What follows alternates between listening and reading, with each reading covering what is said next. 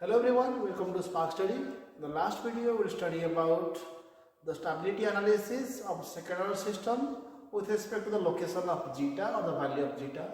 In this video we will study about the response, that is the impulse response of the second order systems.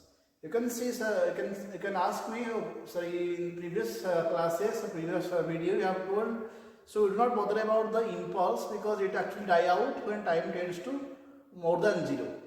But thing is, I also told that impulse is required whenever you study about the transient response. Okay, so impulse deals with the transient response, and the step signal is responsible for the steady state response. Okay, let me explain one by one.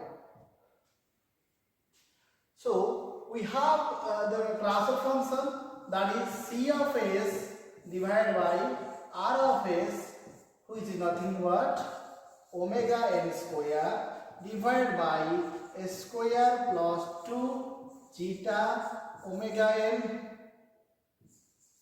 S plus omega n square. I repeat, omega n is the natural frequency of oscillation, zeta is the damping factor or damping ratio.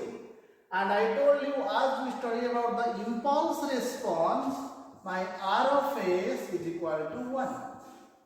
So, whenever R of S becomes 1, my C of S is equal to omega n square divided by S square plus 2 zeta omega ns plus omega n square. Okay, so this is nothing but the equations. When you see R of S, when multiplied with the numerator, obviously R of S is 1, it will not affect the equation. So C of S is this value. And I also told you, C of S depends not only with one function, one variable, it actually depends upon two variables. Okay, so let me explain how C of S depends upon this equation when zeta is equal to 0. Okay, so when zeta is equal to 0. So my C of S is equal to omega n square divided by S square plus 2 zeta omega ns plus omega n square. So this is my C of S. And let me solve this using zeta is equal to 0. So when my zeta becomes 0, so this total term becomes 0. So C of S is equal to omega n square divided by S square plus omega n square.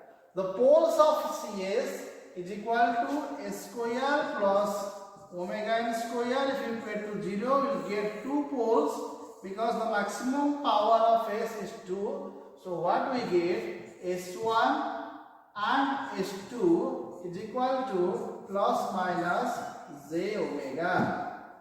So we have get 2 different poles, and if you draw these 2 poles in j omega axis, so one will be here j omega, another is here minus j omega, and your system actually oscillate in between these 2 lines. Okay, so the system actually oscillate in between these 2 lines. Okay, so this is as because my my zeta value is 0, but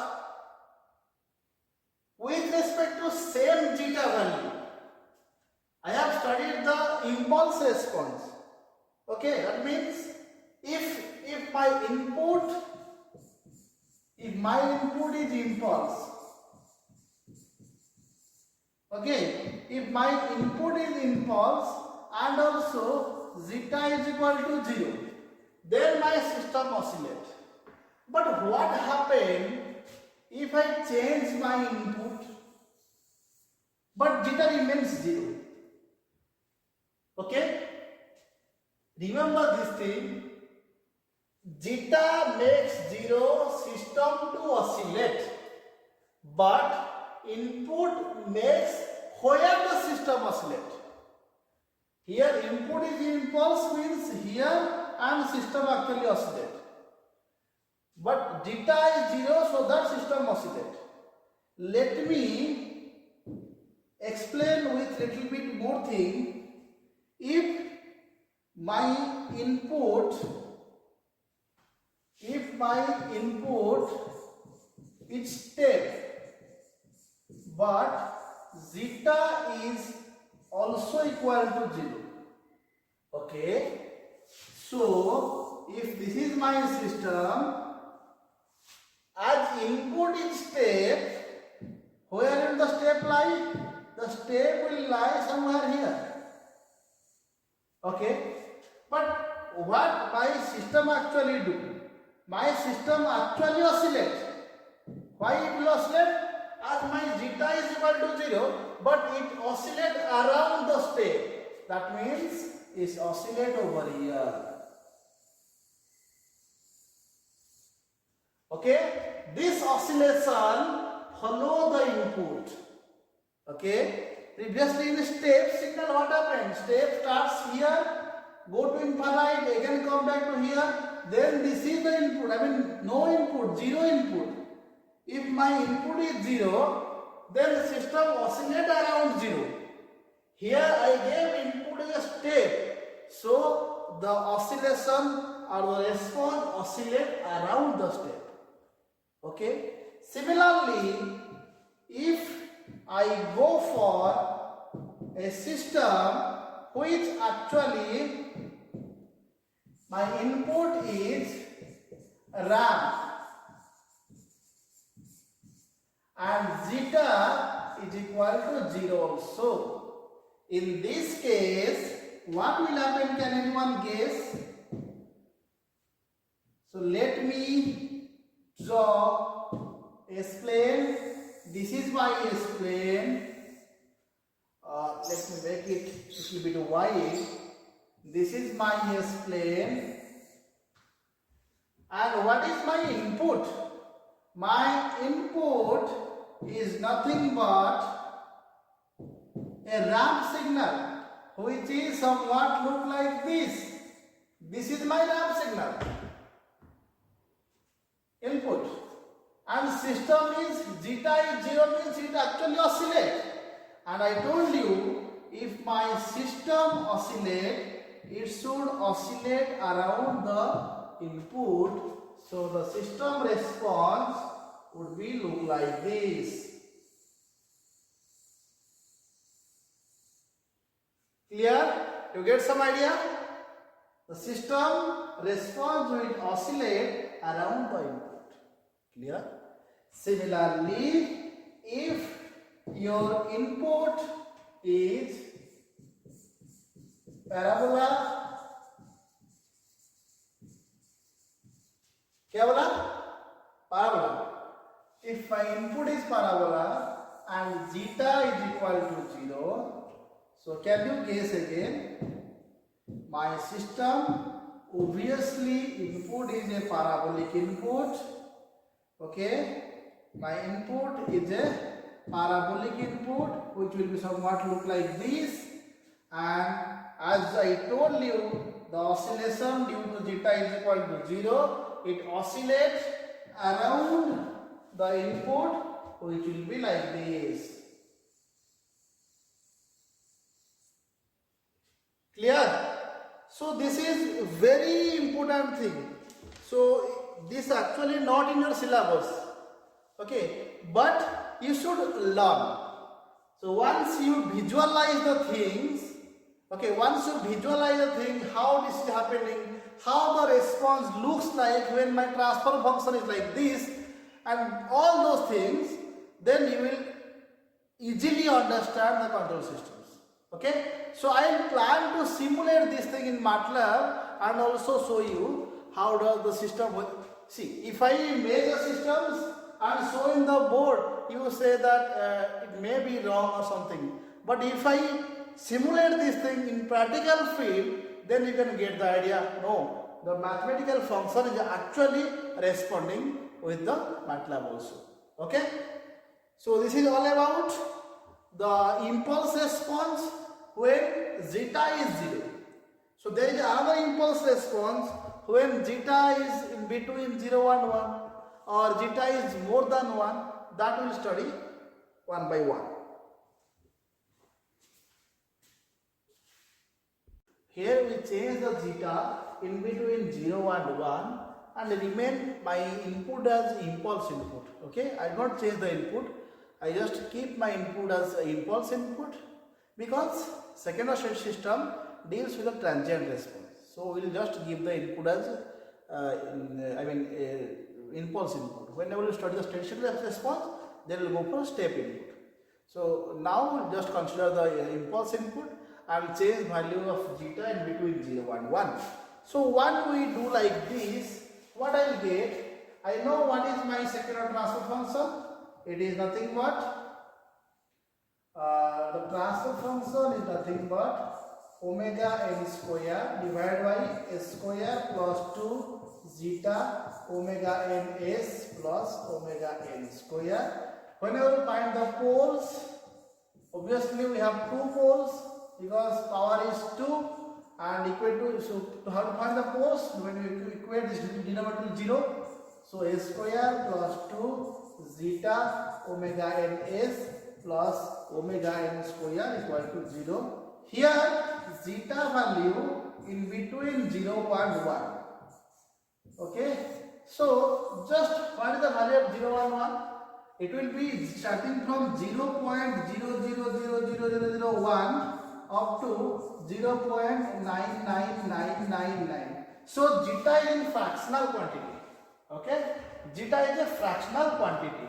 So whenever you make the zeta in fractional quantity and substitute here, you will get two pole. Okay, but the equation will be, poles equation will look like this. So it will be S is equal to minus zeta omega n plus minus j omega n under root 1 minus zeta square. This is the equation.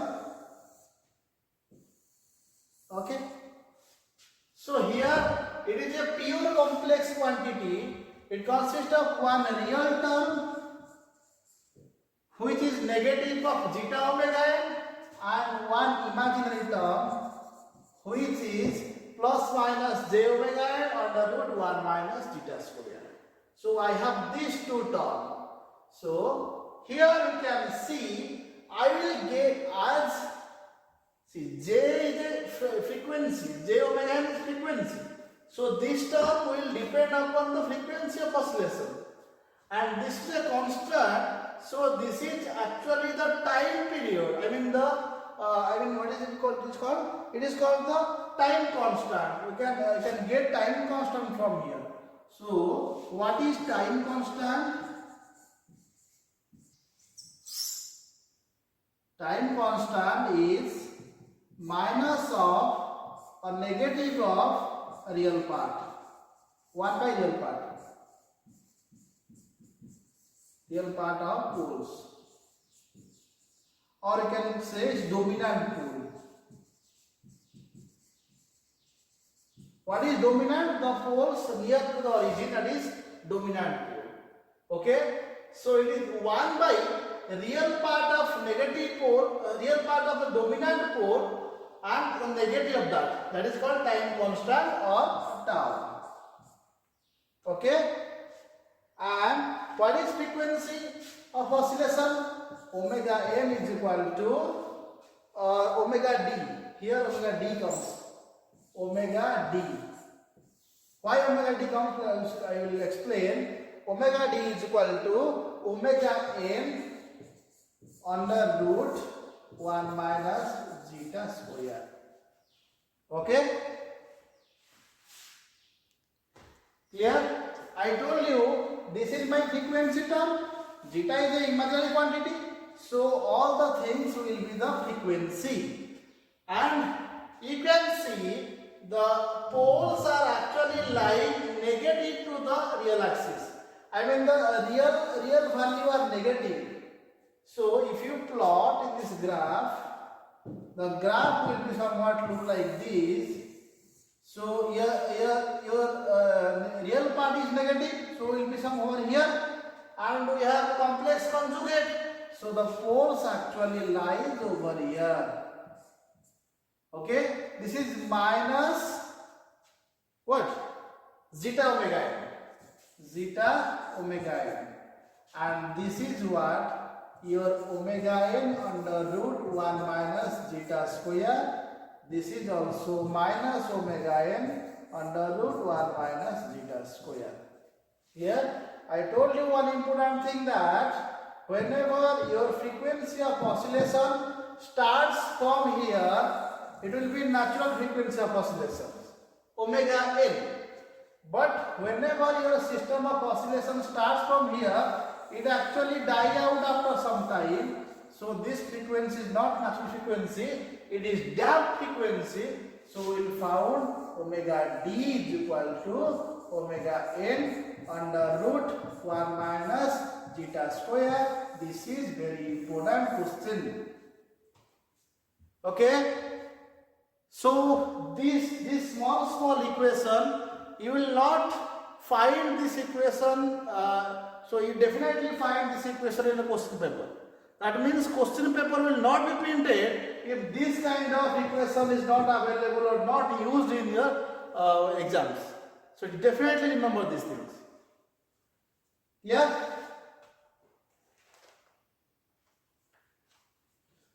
So let me summarize this thing in this way. When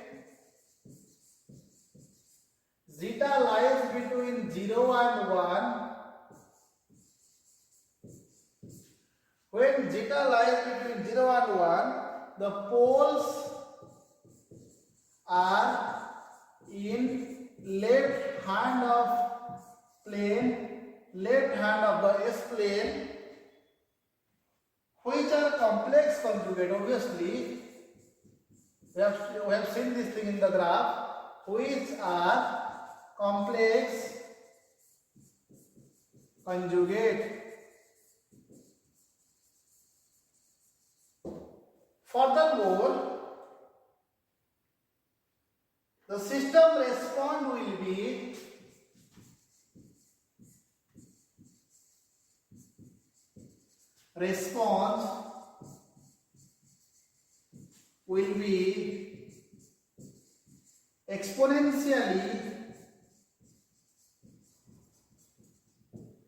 exponentially decaying, and this is called the damped oscillation.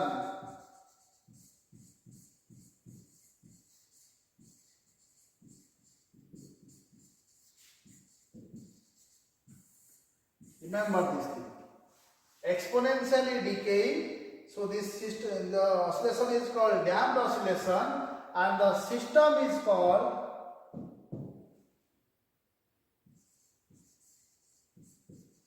the system execute damped oscillation is called under damped system.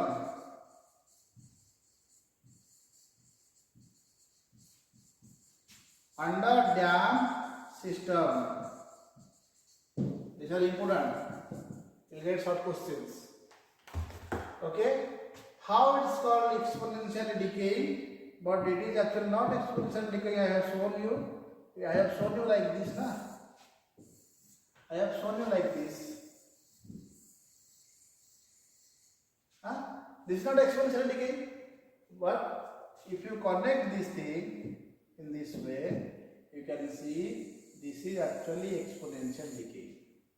Or if you draw it clearly, you can see that this is exponentially decay. Similarly, the downside also. If you take any one side, you can see it's exponential decay, e to the power 4. Okay, So this is about whenever the impulse response of the systems when zeta lies between 0 and 1. Similarly, we have to study when zeta is greater than 1 or when zeta is 1.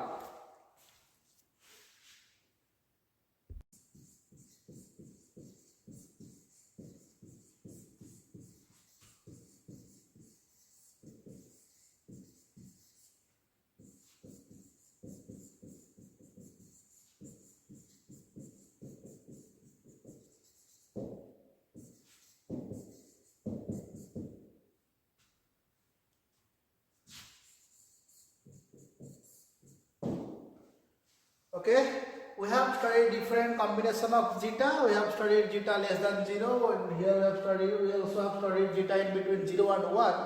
Let us study about the impulse response of second order system with respect to zeta is equal to 1. So when your zeta becomes 1, what will be the effect of the systems?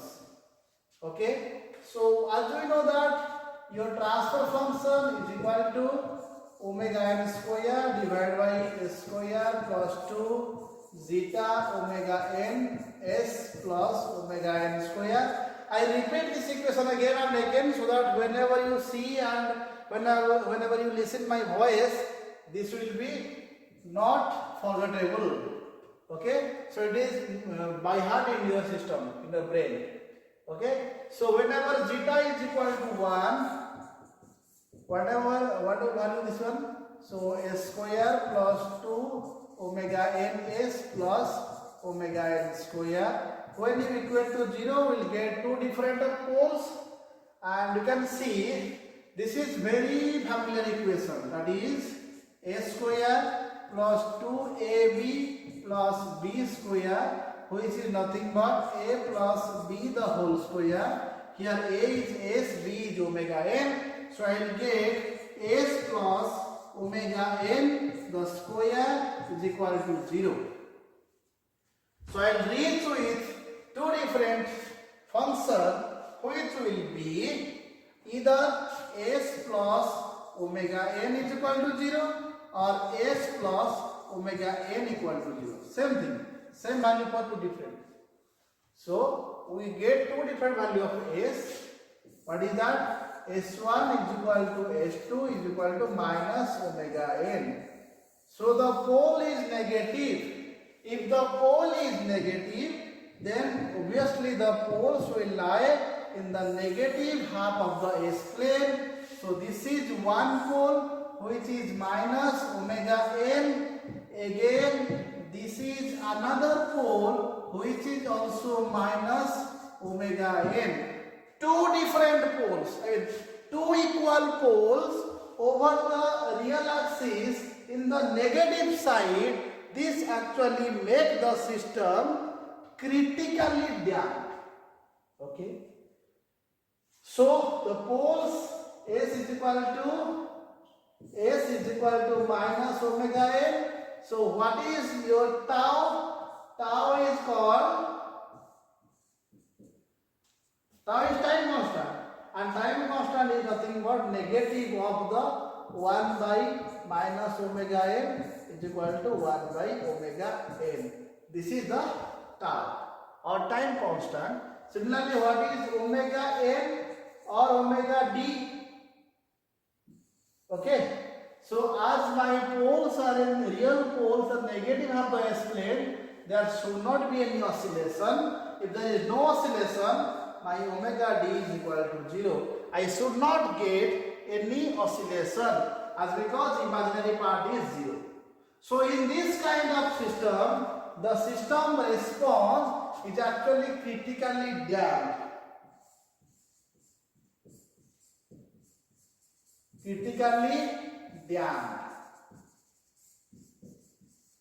And the system is called critically damped system.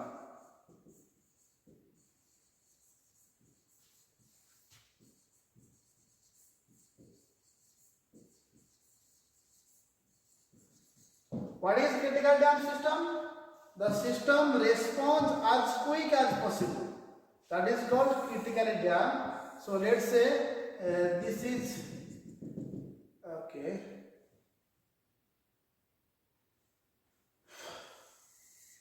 let's say this is my input and this is a timeline, and the system suddenly become very critically becomes near to zero.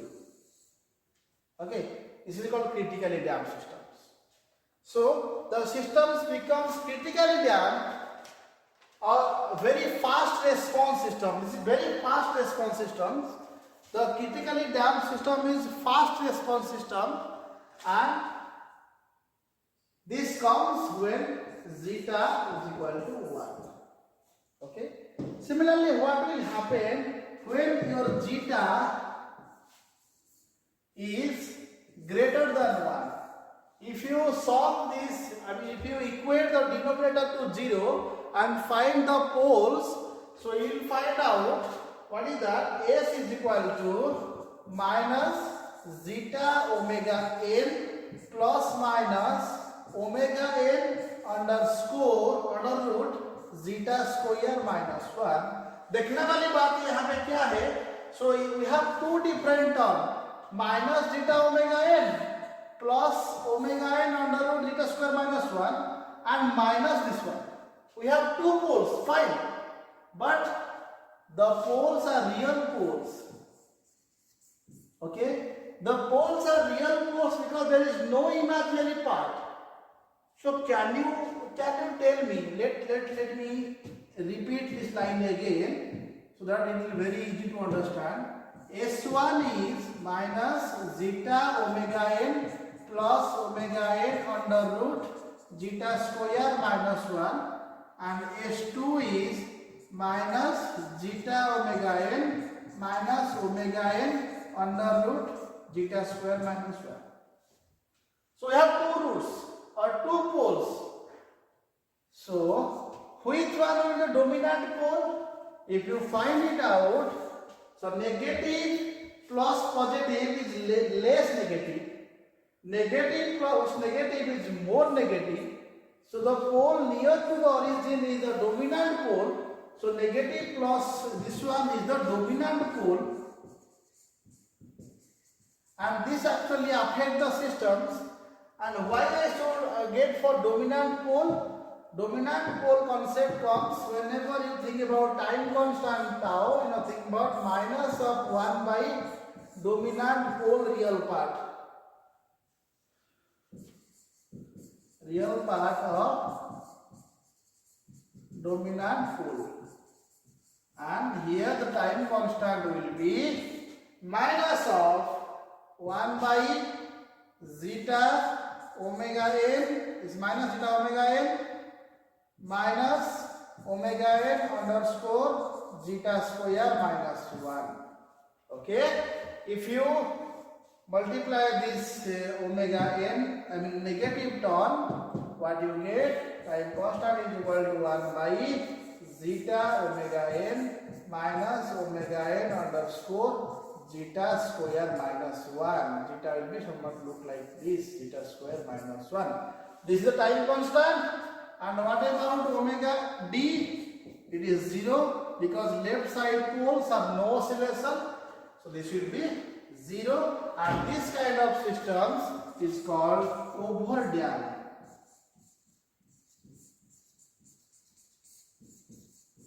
Overdamped system. Okay, let me summarize. Once I try to summarize this thing, what I get through is zeta system, zeta and system. So when zeta is equal to 0, zeta is less than 1 and greater than 0, zeta is equal to 1 and zeta is greater than 1. So this system, zeta, when zeta is equal to 0, the system is undamped, and for this the system is underdamped. For zeta is equal to 1, the system is critically damped.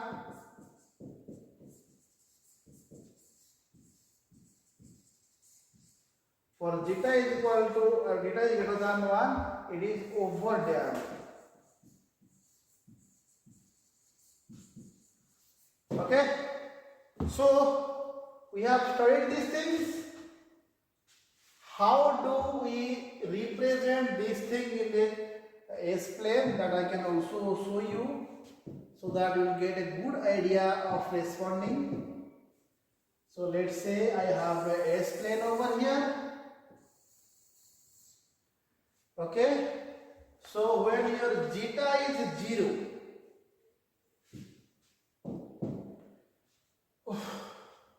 when your zeta is 0, your poles is here, that is zeta is equal to 0. It is a constant oscillation. This is called, and okay, and when your zeta is in between 0 and 1, your system is here, zeta is less than 1, greater than 0, system is like this. Whenever system is here, that is zeta is equal to 1, system is like this, system is underdamped, critically damped, and 2 poles over the origin. When zeta is like this, and when zeta is greater than 1, we have 2 poles but different poles. One pole here, maybe one pole somewhere here. These 2 poles conjugate zeta greater than 1. This is overdamped systems. Okay, it will take some time to get stabilized. So this is overdamped systems.